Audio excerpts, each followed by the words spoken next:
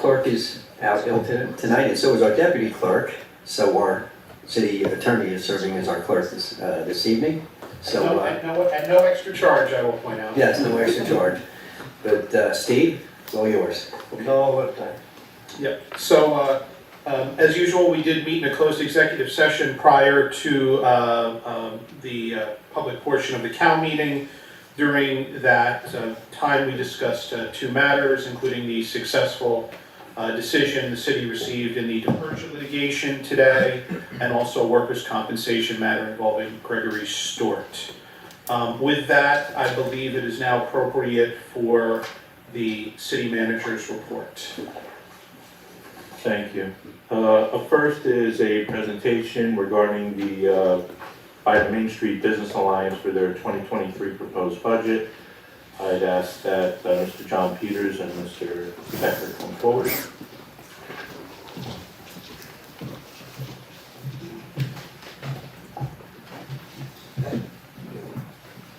Mayor, Deputy Mayor, thank you. Council members, thanks for having us tonight. I've had the pleasure to meet some of you.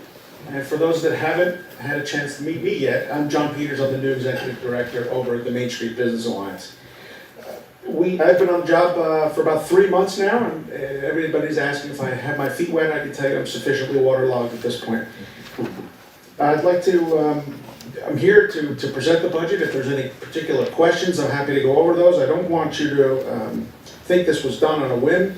We have had some very significant meetings with everybody from the deputy mayor on the team on down, and it's come as a result of, it has to be almost 100 meetings with our constituents throughout Main Street. So we've started from a good place. The Main Street, there was plenty of good work that was done in the past by the Alliance over the ways, and by way of background, I'm a serial entrepreneur at heart, and had some big executive jobs at some large public companies. So this budget to me is something not only near and dear to my heart, but something that is incredibly doable.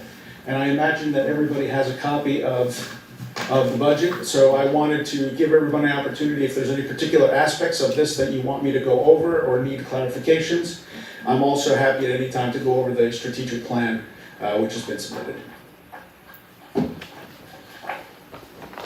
Go for it. Any questions? No. None?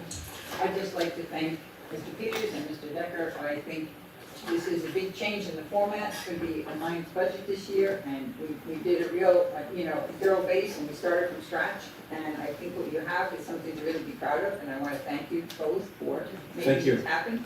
And I think we have a good handle on how we're going to make sure we maintain the Main Street streetscape, because Main Street's looking great, and we want it to stay that way. Plus, a couple of very nice suggestions and things that you guys want to do that are a little bit different, and I think will be fun and exciting for not only the businesses, but the residents that are here as well. So I wanted to say, please extend my thanks, and now to the rest of the council, to the rest of the Alliance members as well. Thank you very much. Okay. Thank you. Thank you, guys. Next up is a presentation on our current redevelopment project. I'll call up Director of Redevelopment and Economic Development, Mr. Alberton. Thank you, City Manager. Mayor and Council, good evening. Thank you for the opportunity to come up here and make a brief presentation tonight. As I'm logging in, I will just also thank Rich Serbo, who I believe had the suggestion at a prior meeting. Unfortunately, he's not here tonight. No, but this is being live streamed on YouTube, and it'll be recorded for future viewing.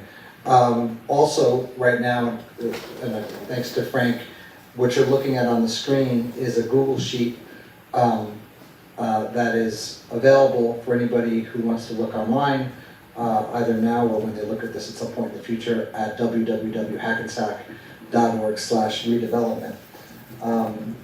And if anybody wants to follow up with questions while I'm at it, I will just mention my phone number, which is 201-646-3908, and my email address, adib@hackensack.org.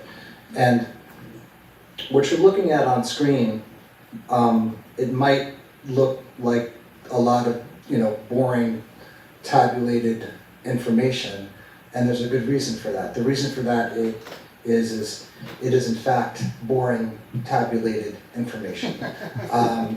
But it is probably the best, the most expedient way if you wanted to understand what was going on in the downtown in a nutshell. So, and I will go over this, at some length in a couple minutes, but without providing some background and some context, I think all of this is going to be somewhat disorienting. So before I do that, I just wanted to take you through the what and the why of what it is we're doing. And I think it's important to understand what redevelopment is. I mean, we're here to talk about redevelopment, but I think everybody's got sort of a different notion, a different understanding of what that is. Basically, what it is a process whereby we replace a prior obsolete land use with a new and useful productive land use. We have or will do that in every instance that we see on this chart. I would challenge anybody, anytime, to point out one use where we're not replacing it with something that's better. It's also important to note that redevelopment is a product of good public policy. Policy that this governing body has adopted in cooperation from the planning board, with public input, and with informed guidance from seasoned planning and legal professionals. We have a great group of professionals. I won't name them all. I'm happy to talk to you more about what that process is, but a lot of where that process happens is our planning boards. And I would invite anybody here to attend a planning board. It's really where the rubber hits the road in terms of how that policy comes to fruition, and how we make sure that whatever developer comes to town with is something that's checked by our planning professionals. Greg Poliniak is our city engineer, Joe Mecca, our planning board attorney. And this is not to mention the fact that when these applications come, they're presented by the applicant's own engineers and legal professionals who are all certified to practice in the state and make representation on the record as to the viability of their products and their compliance with law. In terms of policy, it's also important to note that everything that we're doing in this town is consistent with smart growth principles. What are smart growth principles? Take a look at njfuture.org. NJ Future is a nonprofit, nonpartisan organization that promotes sensible redevelopment. Hackensack received a Smart Growth Award from NJ Future. It's hanging underneath the, strangely enough, underneath the thermostat in the back room. But it was an award that the city of Hackensack, this administration, received for the foundation that it laid for the redevelopment program. And in a nutshell, what it seeks to accomplish is a good connection between land development, environmental protection, social equity, public health, and economic vitality. So that's some of the what we're doing. Why are we doing it? We're doing it because we can, and we have to. We can because we have great bones here in Hackensack. We have great transportation. We're close to Teterboro Airport. We're close to Route 4, Route 17. We have to do it because if we don't do it, we fall into decay. It's not hard to point to cities in this state and other states where redevelopment never got off the ground or was never tackled by the elected officials, and you now see huge pockets of decay. And it's much harder to eventually come around to redeveloping a city when you haven't stayed on top of it. If you're not developing, if you're not moving forward to develop, you eventually find yourself in a state of decline.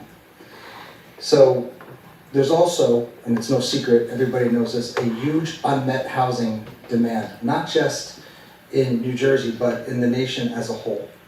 And not just affordable housing, but housing generally.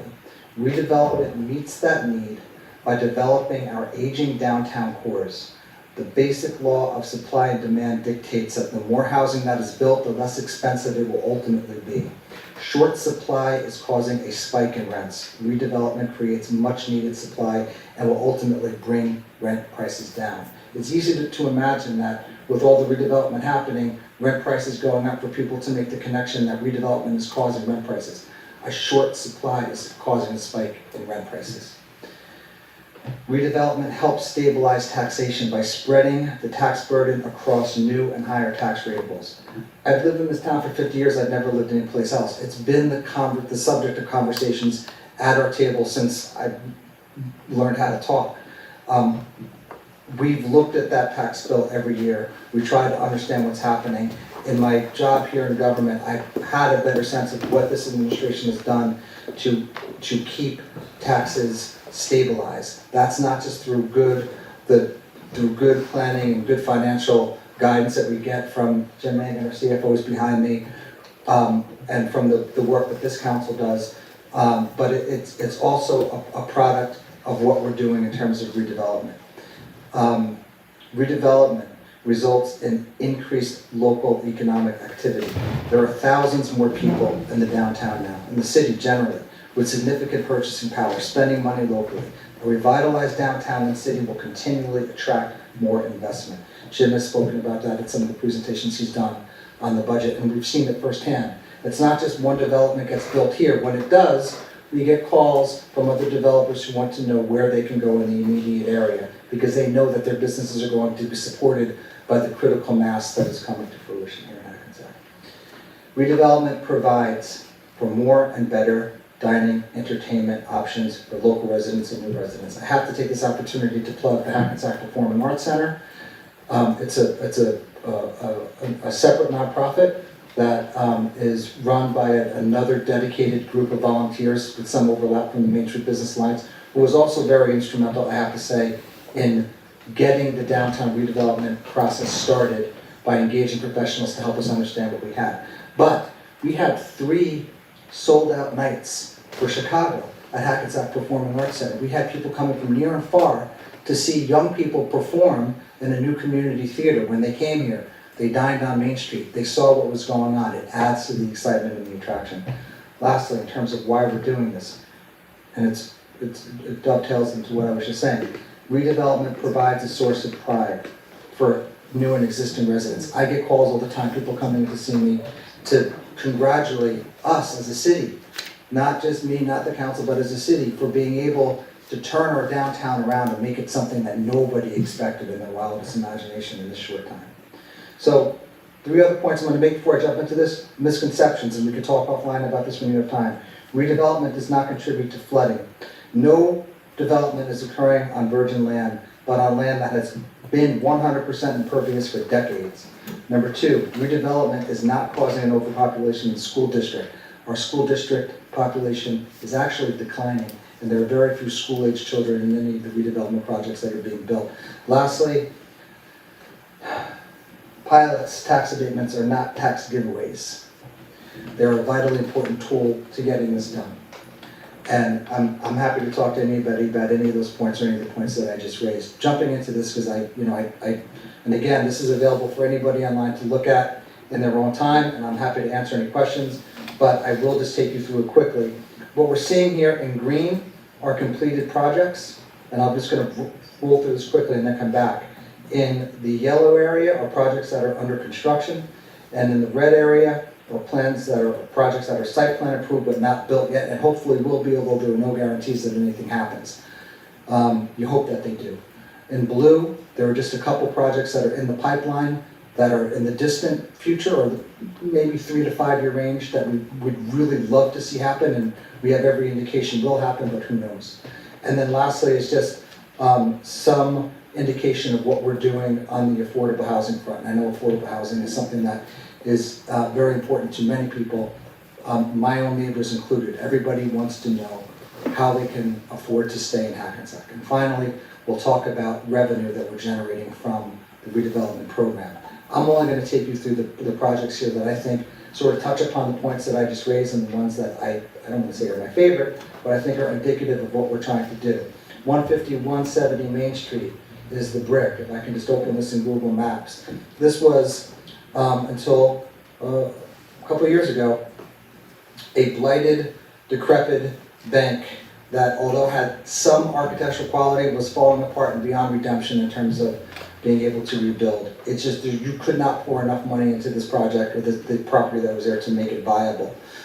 There was a couple other scattered businesses with limited success over the years, And now what we have is a 14-story concrete and steel building that is 100% occupied.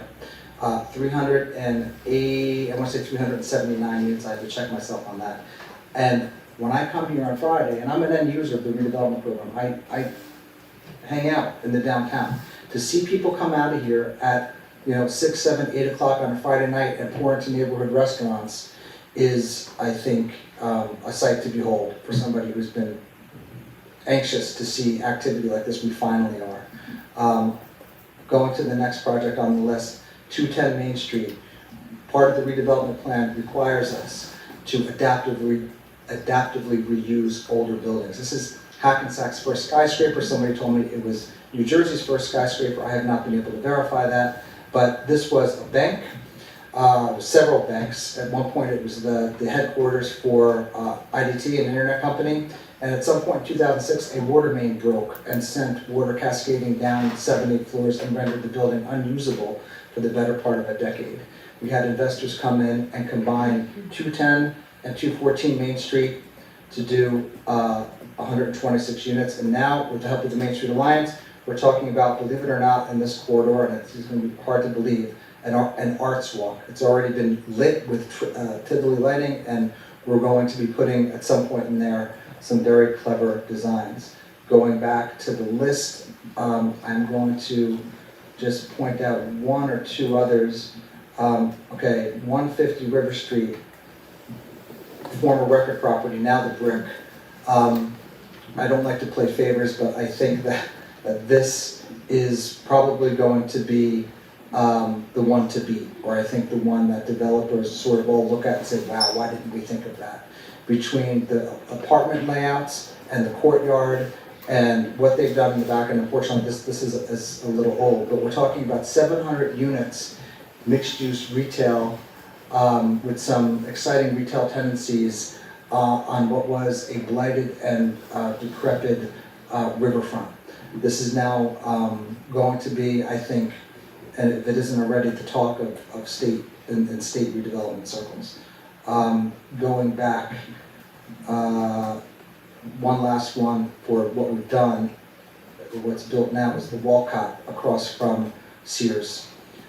This was home and moving. It was an underutilized, pre-existing non-conforming use that did not lend itself in any way to what was going on in the downtown scene.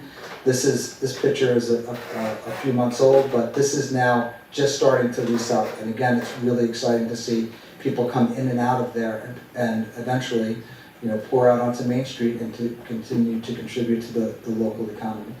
And in terms of what we have under construction, this, I have to point out, is the former building department site and Rudy's Restaurant. This is now all knocked down, but not much here worth preserving. I mean, homes and businesses that at one point served a purpose, and we're all grateful for that. But what is coming here is 222 units over retail, with more income that will support some of the existing businesses in the downtown. And by the way, we are also augmenting this with a neighborhood preservation plan grant from the state of New Jersey of total of, I think, $600,000 to support local businesses. So what else can I show you in terms of what we're doing or what's under construction? I will just take you through, okay, this one is site plan approved to be built soon. This is an example of an infill project. This will be an adaptive reuse. This is the old colonial storage. Not a big project, 34 units, but a building that will nevertheless be redeveloped and turned into a productive use. Right now it's sitting vacant. Before that it was colonial moving and storage, which again provided a useful service, but not something you want to see in the downtown. This is, I think, a project that will be one example of many infill projects that take place in and around some of the larger redevelopment projects that we'll see happen. And I can, I don't know how much time we have, if there's any that you want to see without opening, I'll just tell you, 359 Main Street, former credit union, 110 units. sitting vacant right now. Lot T is a city-owned parking lot that will be 268 units with 60 affordable housing units built within it. And in fact, I probably should just pull up the project fact sheet if I can. If that'll cooperate with me. That's the redevelopment plan. Let's see if we at least have a rendering of the redevelopment plan for this. Yes, okay, so Lot T. So what we're looking at here is a vacant parking lot, 268 units. The mosque stays where it is with a public park, a public outdoor space on top of parking. We're keeping all of the existing parking and in fact adding some new parking. So just another example of replacing an underutilized, obsolete use with something that is much more conducive and productive for the downtown. Finally, I want to just show you a couple things that we have in the pipeline. Everybody asks me about Sears. I'm sure you will get a lot of questions about it. What are we doing with it? It's I think a building that just, is near and dear to a lot of people. People spend a lot of time here. I mean, it was Amazon before there was Amazon. It was where you could buy everything, and our family did, from clothes to lawnmowers to you name it. This will be adaptively reused and preserved with residential flanking it probably on this side on River Street. We don't have a site plan now, but the property owner and the developer are working hand in hand now to ensure that something happens here and something that is consistent with our overall vision for the downtown and what this administration and what we collectively as a city would like to see happen. So again, all of this is available online. I think we need to talk about this quickly, and you tell me how I'm doing on time. Or Deputy Mayor, I defer to you if there are things you want me to address, but in terms of affordable housing, in a nutshell, bottom line is that between the units that we will build on parking on Lot T, which I think is a safe bet to assume will happen now, another planned project that we have for Railroad Place of 24 units, another project that we are gaining traction on now on Essex Street, which is 70 units, and we're looking at between what we plan on building and the credits that we already have, 316 units. This 500 units is just represents what the housing authority, the inventory that the Hackensack Housing Authority already has in terms of affordable housing. But it's also important to know that we've created, and this is, I think, very important for anybody who's interested in what we're doing in terms of affordable housing, is we've created 3 inclusionary overlay zones. Within these overlay zones, and I'll just pull up an example of one, this is all on our website, on our city code. We have mandated that in certain areas of the city that extend from our downtown redevelopment area, this one happens to be along Essex and Hudson Street, that multifamily housing could be built where it wasn't allowed to be built before.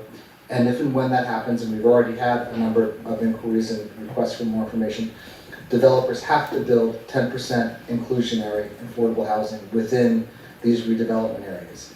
The hope and the expectation, I think the reality is that this will go a long way towards creating a lot more inclusionary housing options between now and the time our prior round expires, our prior round obligation expires in 2025. So this is, I think, an important component to what we're doing to create affordable housing opportunities. Last and not least, revenue. Why? Why are we doing this? And show me the money, right? How does this make sense for us as a city? Again, thank you to Jim for supplying some of these numbers. What we do, and Jim or Kathy can correct me if I'm wrong, is, for budget preparation purposes, we anticipate how much money we will receive from pilot revenue. Pilot revenue is a percentage of income that we receive from developers. It's a payment in lieu of taxes. Developers on most of these projects are not paying traditional tax.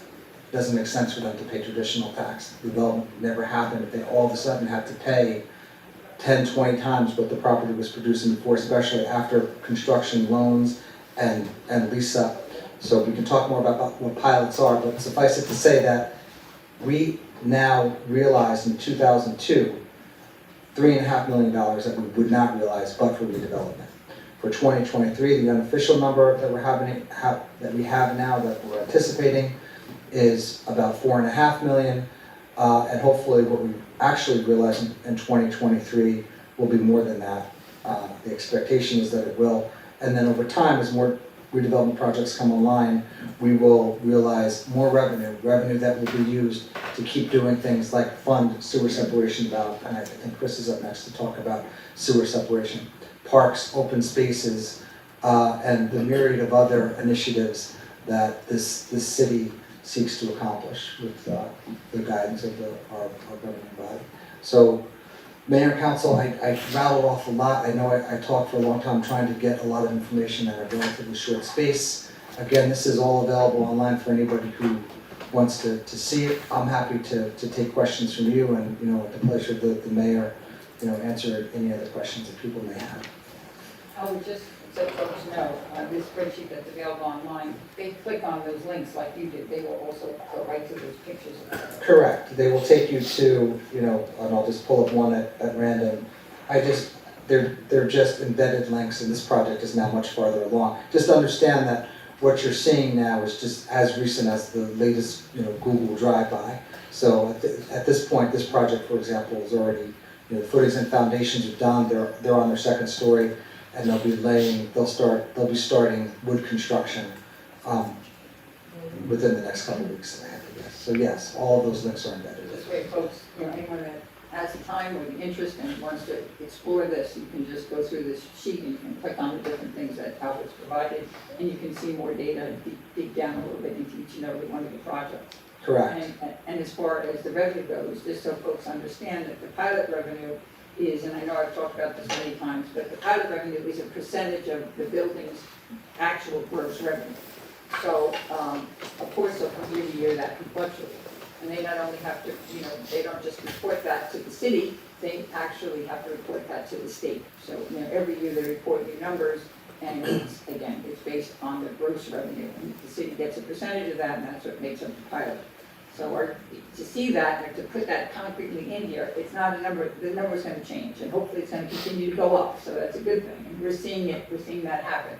We're seeing the numbers come out have been higher than what our expectation was a couple of years ago. So if you wanna look at the financials, the best place to look at it is on the city budget. City Yes. budgets are also all online. And I have that link here too, Deputy Mayor, just to point it out on our finance page. If you scroll down to files and links and to city budget, and then you can open any one of these up, and it's, if you just scroll down, when you open one of these, you will see what the pilot revenue was for. Right, so on the revenue page, our CFO actually calls out a list each one, and on there you'll see, what he's anticipating for the coming year with the new budget. So again, every year those numbers change based on what the revenue for the buildings were, and we've seen that continue to grow, and as more and more of them come online, we're going to see more and more of them, and hopefully we meet, what our planned expectation was when we started this.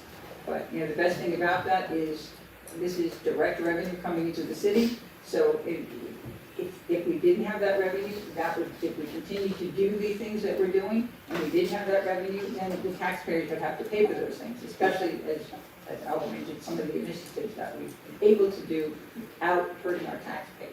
So our goal with the downtown redevelopment was to bring in extra revenue so that we could get things done in the city that were long overdue. A lot of infrastructure support, you folks have, Leo's always talking about all the paving we've done, Chris is talking about the wonderful things we're doing with the sewers. A lot of that is expensive, and our choices were either our taxpayers pay for it with an increase in taxes, or we try to find another way to bring money into the town. And that's basically a lot of why we're doing what we're doing. On top of all the wonderful things that Albert said about all it's bringing into the town and causing us not to get into a state of decay, and bringing amenities in that we can all enjoy, it really is helping us financially accomplish a lot of the things that we've been able to accomplish over the last 10 years. Thanks to, everybody here on the council that has had, tremendous support of being able to do those things.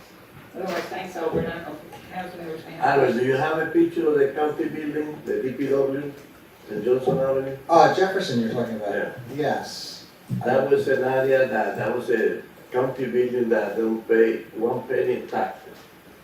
Do you have the Yes, number? yeah, How pull much it are up they right gonna now. pay now?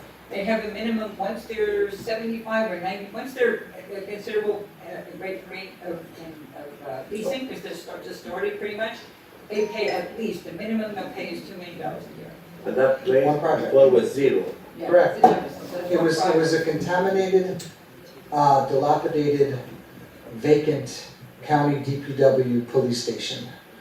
And this is a few years old, but now they're about 60% leased. And Once they hit that magic, I'm forgetting, this one, if it was 75 or if it was 90, once they hit that number, which all of our buildings are, we've been renting up at exceedingly high rates, beyond the developers or the builders' expectations, actually. Again, to address what Albert said earlier about the tremendous housing shortage, not only in New Jersey, but really nationwide that we've seen. So there is, lots of folks that are looking to find reasonable places to live with close proximity to the city or to travel and or both. So, it's accomplishing both of those things, and in addition to that, it's bringing revenue users. Mayor, Council, thank you so much again. Thank you, If anyone wants to follow up Good with any job. questions, Thank you. I'm happy to try. Great job. Thank you. Next up is discussion regarding an ordinance, the shade tree supervisor's duties and responsibilities. We had to make some language changes to the ordinance so that we can remain a tree city designation as needed. Next up is a resolution on time for the extension of park hours, spring and summer months. The changes are, as you know, all parks close at 9 p.m. They are now open until 10 p.m. for the summer and spring months. Johnson Park has extended hours to 11:30 by permit only. By permit only from 10 to 11:30, but that's just Johnson Park. All the other parks close at 10. Number 5 is the LEAP grant implementation extension. We needed to extend the grant because of some supply chain issues and some other items. Our grant company is working on that, and we were granted the extension. We need a resolution for that. And last but not least, I will call up our city engineer, Chris Wheaton, for the CSO stormwater and parks update.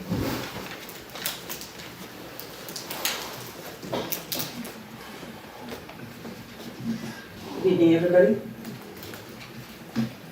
I'm going to rename it now, CSO Stormwater and Parks Update.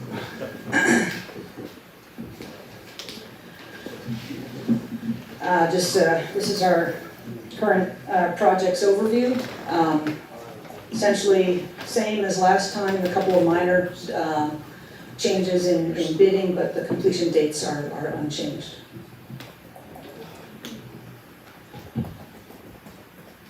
Moving on to the CSO separation projects, Clay Street Contract 2 installation is proceeding. That's the one down next to the river and going through Fashini Park.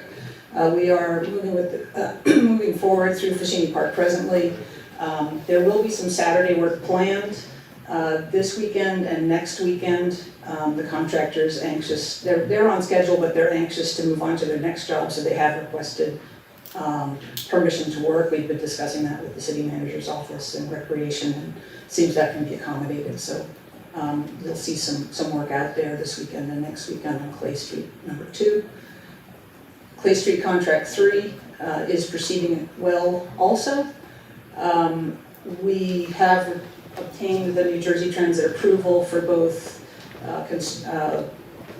work by Veolia that needs to be done before we jack pipe underneath the tracks to cross to the west side. So we've received that permit for Veolia. We also have received approval for New Prince contractors for the means and for the updated crossing plan that's proposed there with 3 pipes versus 2 pipes. And we expect, so the Veolia work is going on presently and will be completed probably next week. And the pipe jacking and crossing is likely expected in a few weeks, mid to late April.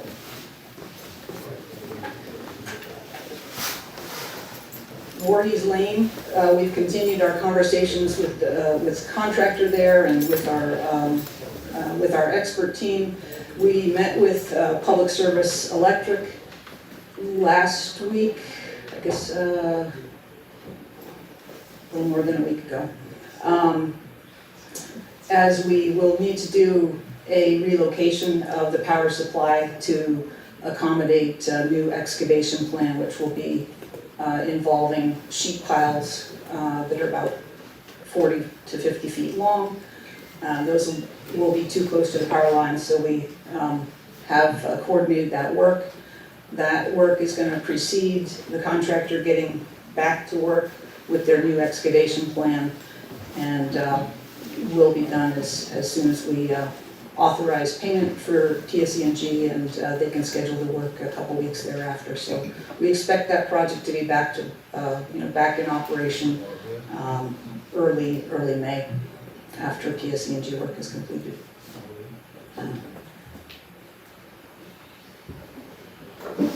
Stag Park is also proceeding as well. You're seeing some pictures of some electrical work. Today they were out doing concrete. So some of the stamped concrete and other concrete has been placed today. They'll be continuing with that work tomorrow, and we're trying to keep full pressure on to make sure that contract comes in on time for the new time, shall we say. Carver Park, there's a minor delay associated with a Green Acres requirement. As I say, the project completion date remains unchanged for Carver. Fashini is underway, as we've discussed. Johnson Park is underway, as we've discussed too. There's a correction to that last bullet under Johnson Park. This project we now expect to be bidding next month because we felt the need to do additional soil sampling based on prior observations and work at the park. So that's being done presently.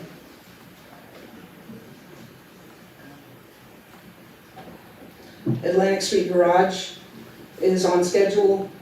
The concrete repairs are just about complete.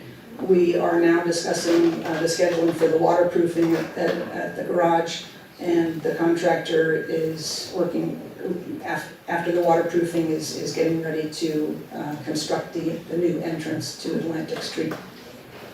Main Street streetscape is the hardscape improvements are essentially done. They will be proceeding next week with tree planting and installation of benches and trash receptacles and so forth.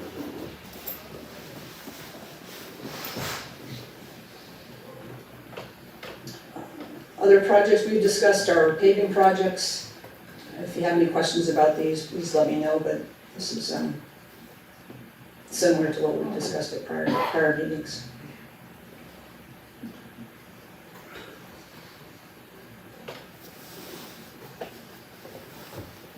And I just wanted to comment that there have been incidences of some illegal disposal throughout the city, and which the city seeks to remedy whenever possible, tries to identify the responsible party.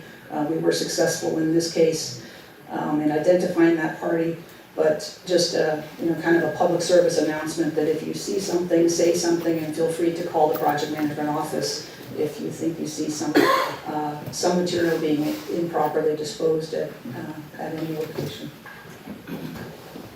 And I just wanted to add, I wanted to address Councilman D'Italia's comment about pedestrian safety. You had inquired about pedestrian grants and pedestrian crossing equipment for, you were talking about Polyfly and other locations. And that's an issue that I know the city manager has put to the forefront, and this office has been listening to Mr. Smith's comments and the public's comments about safety concerns for pedestrians, and we have been in contact with our traffic engineering consultant to talk about communicating and what we need to do with the county, because a lot of these roads where there are concerns are county roads, polyfly and so forth. So Neglia is looking into those, how to communicate that information with the county. We also have received a grant recently for pedestrian improvements on Prospect Avenue, and we are pursuing other grants as available. Thank you. I do have a question. The Carver Park delay, Mhm. what are you talking about? What do you actually mean by a delay with the Carver Park? There was a Green Acres form that was sent to my predecessor, which didn't make it really to the project, to anybody's attention at the project management office. So it was a form that was overlooked. That form required a historical site assessment. It's called a preliminary assessment report. It requires an Open Public Records Act inquiry to gather information. That's a 2-week process, and we expect the results of that OPRA process by Thursday, at which time we can complete that preliminary assessment report. So it's about a 2 or 3 week delay at the front end. We do expect to be able to make that up in our bid process. Thank you. Chris, go ahead. I just asked, with the sewer work, some of the box culverts that we're putting in, are any of these ones from the hospital? Oh, yes, absolutely. So have you Yeah. gotten them all out of storage now? Oh, yes. Oh, great. Yeah, those So that's good news. So that's what's being put where? that's on Clay Street Contract 3, so that's what's going on Railroad Avenue. On Railroad Avenue. And Clay Street. West side of the railroad? East side. East side. East side. It's on the It east will side. cross eventually, but right now it's, Okay, so we're putting them in on the east side of the road. yes. But we're also going to be doing that when we get on the west side, right? Because that's the biggest problem we need to really get the water capture. Correct. Thanks. Thanks. Chris, just going back to Carver Park real quick, there was some quick discussion, I don't know if it came to you, about possibly getting one court done that could be used during the process. Has that been discussed at all? Is that something we might be able to look at? We can look at that. I will point out that two courts at Carver are still open. Right. They were not closed, so just one of the All right. 3 courts at Carver. I just want to make sure there's a place for these kids to play ball. Yeah, so 2 parks remain open. They will remain open, I will say, until construction starts. So those courts are open until we start, in May, June. All right.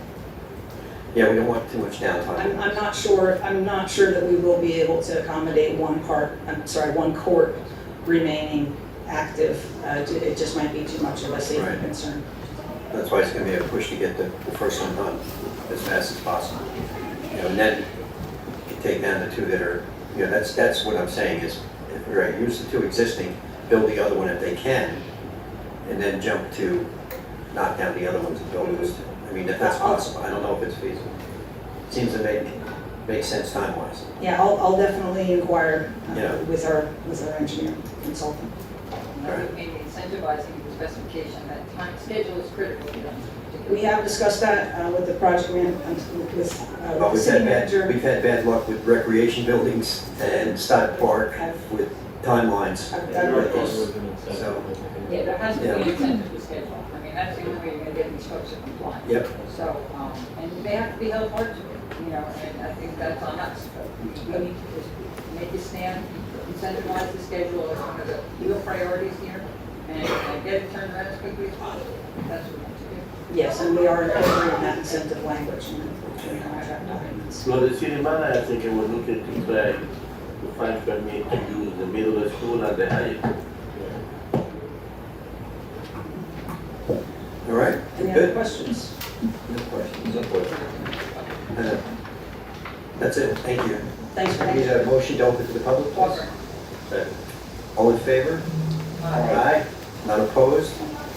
Anybody from the public who'd like to speak now before we go into our council meeting, which will be at 8 o'clock? Please step forward, give your name to Mr. Kleinman. Marty Smith, Prospect Avenue. Marty Smith? Go ahead, Mr. Smith, you're up. About a month or two ago, there appeared in the Record newspaper an article that says new budget gives Rutgers $100 million for athletics projects. And it says Rutgers University is getting a windfall from taxpayers with $100 million earmarked in the new state budget for renovations in its basketball arena and new football operations center. Even as athletics divisions have been racking up debt and tens of millions of dollars in normal annual operating deficits. We seem to have a problem, I think, in Hackensack. We don't seem to have a problem coming up with money for new basketball courts or refurbishing of our parks in the city. But when it comes to traffic safety here in the city of Hackensack, there never seems to be enough money. At the January council meeting, I brought up the issue of the project for Prospect Avenue as far as crosswalks were concerned. And when that project was approved, it included 3 locations. When the project was done, 2 of the locations were done, but the location at Prospect and Atlantic had been omitted. I asked at that time if you could tell me why that was omitted. Mr. Caruso said he didn't know, but that he would get the information and check that out. I'm wondering if we have that information available now. It was just a matter of funding, Mr. Smith. It was just, there was not enough funding. So, but what I will say is what the city engineer just brought up, the money that we're getting, the grant, and our cooperation with the county, and we're putting pedestrian safety, especially on Polyfly Road and Prospect, at the top of our list, like she just said. So we're taking into consideration everything that you're saying, and we're looking at data from our traffic division that, addresses, unfortunately, we've had too many pedestrians struck by cars in the city, and we're working hard to try and correct it. When you say that there wasn't enough funding, that was probably the cheapest project we could have done here in Hackensack, painting a couple of lines on these 3 locations. I mean, it doesn't take more than a couple of gallons of paint. The other issue is that I'd like to ask this question. Is there currently a budget line item for traffic safety upgrades in the city of Hackensack?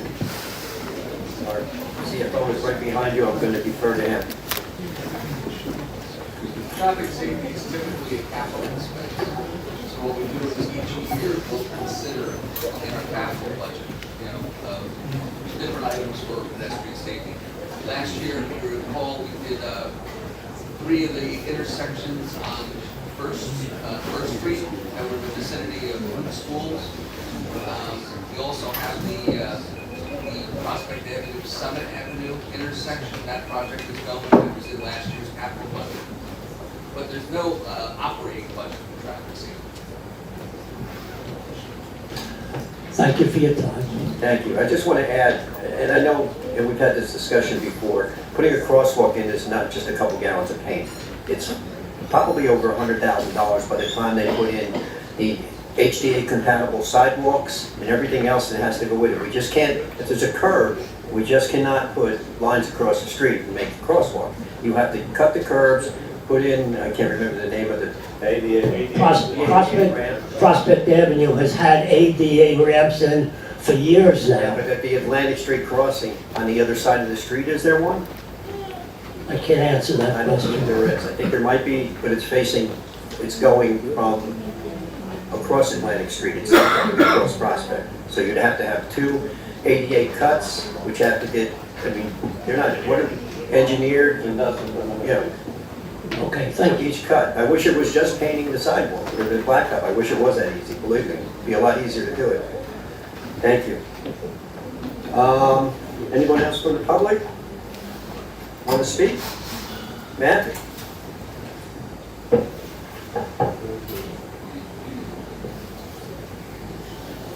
How are you, Matt? Good, thank you. Carol Brown from Prospect Avenue. Carol Brown, you said? Yes. Yes, ma'am, okay. Wanted You to said ask, Prospect Ave? Prospect Avenue. Thank you.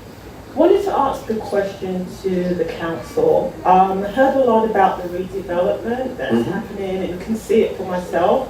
I'm 3 years into Hackensack. I'm familiar with some of the redevelopment projects that have happened. But what is the council, or what consideration has been given to home ownership in Hackensack? Because there's a lot of rentals that are being developed, and I get the incentives and the revenue that that will generate. But what about the balance between the co-ops and condos that exist? I'll speak first to this, I know you're gonna wanna say something, but redevelopment was done in an area, it's not done in, around single-family residentials. We haven't touched any single-family or two-family or three-family homes anywhere in the city. It was rehabilitation zone that was created by Main Street and several other areas that are near mass transit, like the Jefferson, which is up near River Edge, the project that's gonna go on Essex Street, and obviously the one on Anderson Street. So there's been no detriment as far as to removing people from their homes or single-family homes or taking over areas like knocking down houses. I think that's, I don't know if that's what you're asking. No, I'm not asking. I guess what I'm asking is that I happen to live in a co-op, and Right. we've had, in the last 18 months, 2 propositions to purchase the co-op and turn it into a rental. Right. And I just think that's part and parcel, could be wrong, but part and parcel of what's happening in the city generally in terms of the ratio between co-ops, condos, and rentals. Right. It's really the market. Right now, the market in a particular part of the country, actually, there's not a huge market for condos and co-ops as far as developing something new. The market is really only looking for, at this point in time, rental. Rental is what where we're seeing the market want to be right now. So when these developers come in and they make plans for doing something, they have to, of course, be able to secure financial funding. Right. And right now, the financial folks see what the market is, so the way for them to obtain that funding is to be able to present the case that this is viable and this is where the market is going. So that's why the new development that you see at this point is really all pretty much. But I think what Mrs. Brown is asking is you're concerned about a developer coming in and buying your co-op and turning it into apartments. Yeah, and I guess what I wanted to know is what is the city doing, because you need a balance, right? You don't want to be a city that's totally The rental, city, I would unfortunately, think. because your building is privately owned, we have absolutely no control over somebody, that's really, and a co-op is different than a condo. So the co-op, that could possibly happen. I don't think that could happen in a condo, because you'd have to have the agreement of everybody. I don't know if that would be necessarily true in the case of a co-op, but we haven't seen that yet. It's the first time I'm hearing that anybody's looking to buy, it's only 2 or 3 co-ops in the whole city. Right. So it's the first I'm hearing of it. We'll definitely keep our eye on it. I don't know what we can do about it, but our goal is to not have any involvement or anything change on Prospect, that's for sure. We like Right. Prospect just the way it is. But unfortunately, in an open market, it's hard for us to tell somebody you can't look at buying a building. So it's really up to you guys, I guess, the tenants, to really, it's gonna be your fight Yeah. in the end. Because, right, Zoning for multifamily, so that's as far as the city can really go. legally, and I would defer to the city attorney over there, I don't think we could get involved in that battle, because we don't have, we'd be, I don't, unless you pass some kind of ordinance, but I still think that would be unlawful. We really don't get involved in those different Yeah. transactions along the way. But probably what you're seeing or what you're hearing is, again, because that's where the market tends to be going. Right. Right. Towards the rentals rather than the property ownership. And I guess I was just thinking it makes co-ops more attractive because they're already existing, already zoned for multifamily, so. Right, yes. But if you hear anything, please call the city manager's office and let us know what's going on with it, because that's something we need to know about. All right, thank you. Something approaches you. Appreciate that. Thank you. Anyone else from the public like to speak before we open the meeting, sir?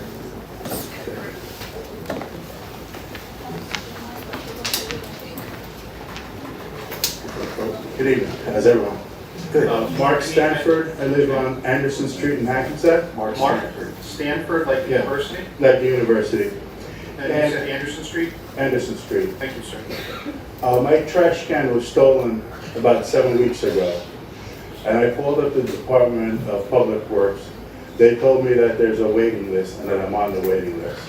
I've had no follow-up from them, so today I called to follow up again. 7 weeks later, they still can't replace my trash can, and they're blaming it on supply chain, which I'm in the consumer products business, I'm in supply chain. There's no more supply chain issues. So why can't we have trash cans? From my knowledge, I refer to you, I thought they were in. We ordered, We did have, Mayor, we did have a large number of them come in, but based on how the list is compiled, it went in order of how it was. So we might have depleted all that. I'll double check with the DPW director. And I'm sure Mr. Stanford is somewhere on that list probably, because if he was in the upper part of the list, he would have got it. so this is a case where he doesn't have a broken can, which he might be able to still use. He has no can. Can we see if we can get him something in the interim to the new can? I'll work on that. I didn't see your email today until about 4:30, 4:30ish. You had spoken to my assistant earlier, but I was in meetings all afternoon, so, but I'll get back to you tomorrow. Thank you. All right, thank you, Mr. Smith. Anyone else? Seeing no motion to close? Roll call? Deputy Mayor Canestrino. Councilman Pataglia. Aye. Councilman Carroll. Aye. And Mayor LaBrus. Aye. I need a motion to close the executive session. Roll call. Deputy Mayor Canestrino. Councilman Pataglia. Aye. Councilman Carroll. Mayor LaBrus. Aye. Now I need a motion to close the council of the whole. Roll call? Deputy Mayor Canestrino. Councilman Pataglia. Councilman Carroll. And Mayor LaBrus. Aye. So you and Leo, for all of them, right? Yes. Okay. All right, We're just kind of new with this, so forgive me. Yeah, I'm not very good at this. For those of you who just came in or missed the opening, our clerks are actually, both of them are out sick tonight, our deputy clerk and our clerk, so we're wishing them a quick recovery. All right, I know nobody's wishing them a faster recovery than our city attorney. Who has to do all of this paperwork. Yes. All right, So- so let me keep track of everything here. All right, check. Do you want to take a quick bio break? 2 minutes? All right, we'll take a 2-minute bio break, then we're going to start. We got a lot of good stuff going on tonight. I see a big crowd here, and I know what that's all about. Yes? Yeah, Junior Comets. There we go.